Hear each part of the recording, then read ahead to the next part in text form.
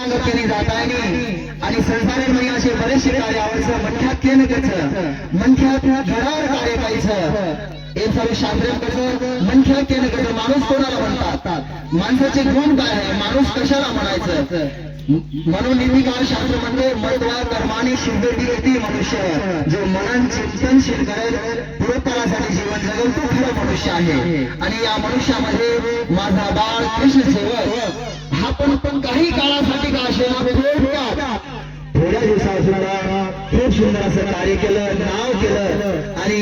ईश्वर कृपेने त्यांचं सुरक्षेचा कार्यक्रम आहे त्यांच्या आत्म्याला चिर शांती मिळावं आणि संत महात्मा मरत असतात अमर असतात ही आपल्याला सुद्धा सर्वांना माहित असायला पाहिजे म्हणून आपण या ठिकाणी आज सोयीच्या कार्यक्रमानिमित्त जमलेला आहात आणि त्या अनुषंगाने एका ब्रह्मचर्याच्या कार्यक्रमाला एक विनुषी साजरी आलेले आहात आपण अहिल्यानगर मधून आलेले आहात महामंडलेश्वर श्री श्री 108